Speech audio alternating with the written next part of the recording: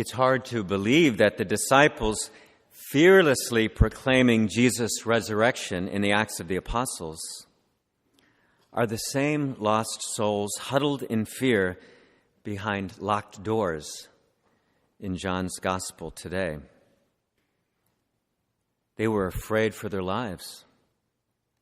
If Jesus was vulnerable to death, then certainly they were as well. People knew they were his followers. Word had gotten out. They tried to hide when Jesus was captured and put to death, but now he was gone and they might be next.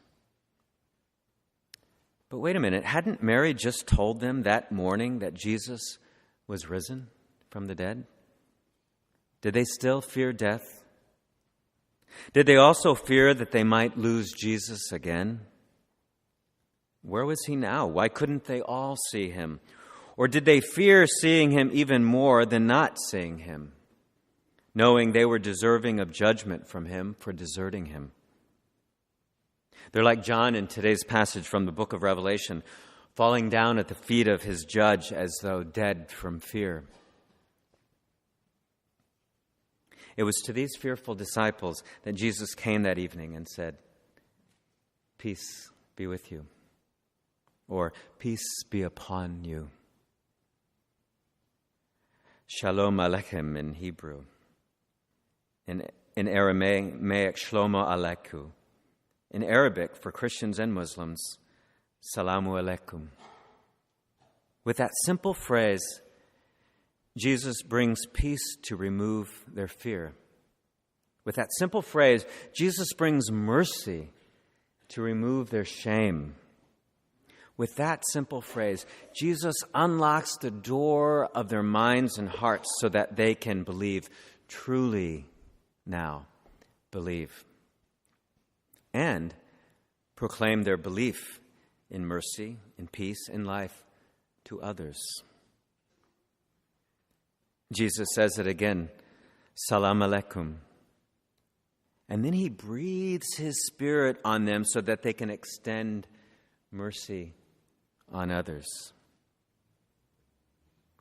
Pope John Paul II declared that the Sunday after Easter, this Sunday, he declared it an annual Mercy Sunday. Pope Francis, especially during this year of mercy, likes to remind Christians of the centrality of mercy in Christianity. He has published a book entitled "The Name of God is Mercy."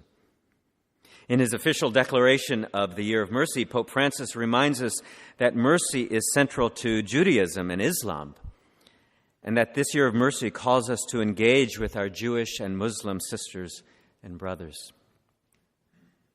Islam calls God the entirely merciful and the especially merciful. Now, where was Thomas? He might have been the only one not too afraid to go out to get supplies. He was the one who had suggested they all go with Jesus to Jerusalem to die with him. He may not have been afraid for his life, but he was afraid to really live.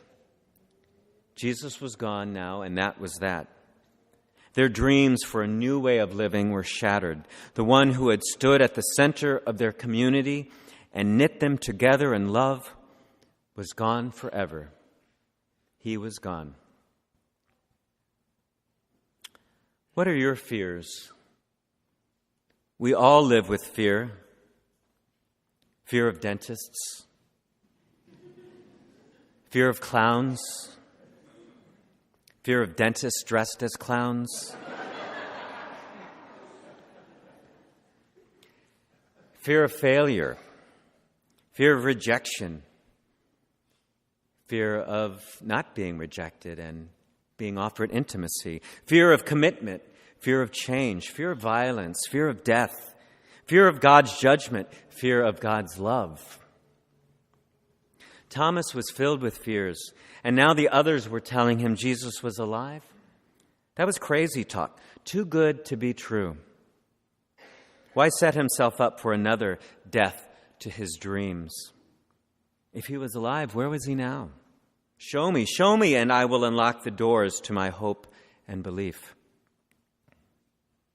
Now, Thomas may not have believed, but God bless him. He made sure he would be there the next time Jesus came, if he came.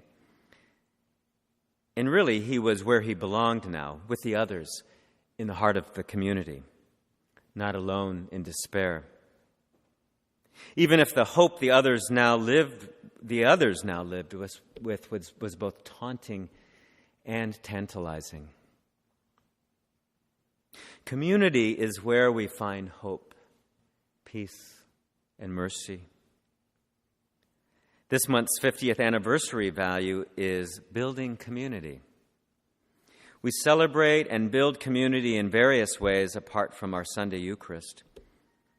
This Friday's Paul J. Kim event, Newman the Musical, today's ministry fair, and today's lunch with our Muslim brothers and sisters. Community is at the heart of our strength.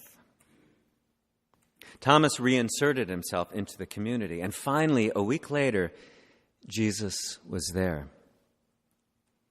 Notice the doors were still locked. One might wonder if this was at Thomas's insistence.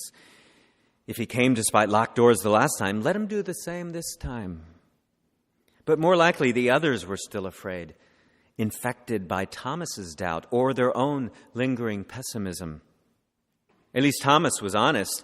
Did some of them, even though they'd seen Jesus, still doubt?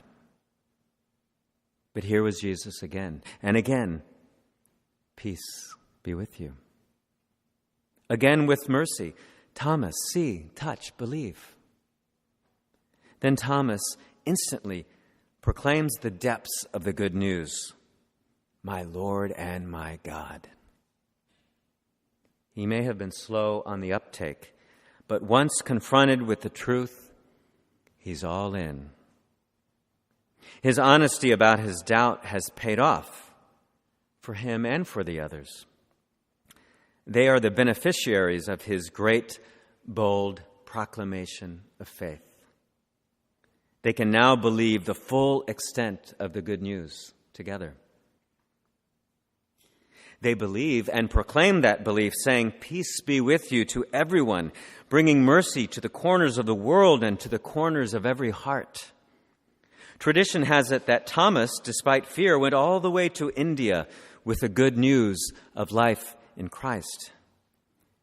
In turn, more than a few Indians have come from that other side of the globe to build up our community with their faith in Christ. Our Muslim sisters and brothers have brought peace and mercy to the ends of the earth. Will you receive Christ's Easter peace, mercy, and life this Easter season and allow the doors of your fear to be unlocked? To whom will you bring that deep peace, mercy, and life?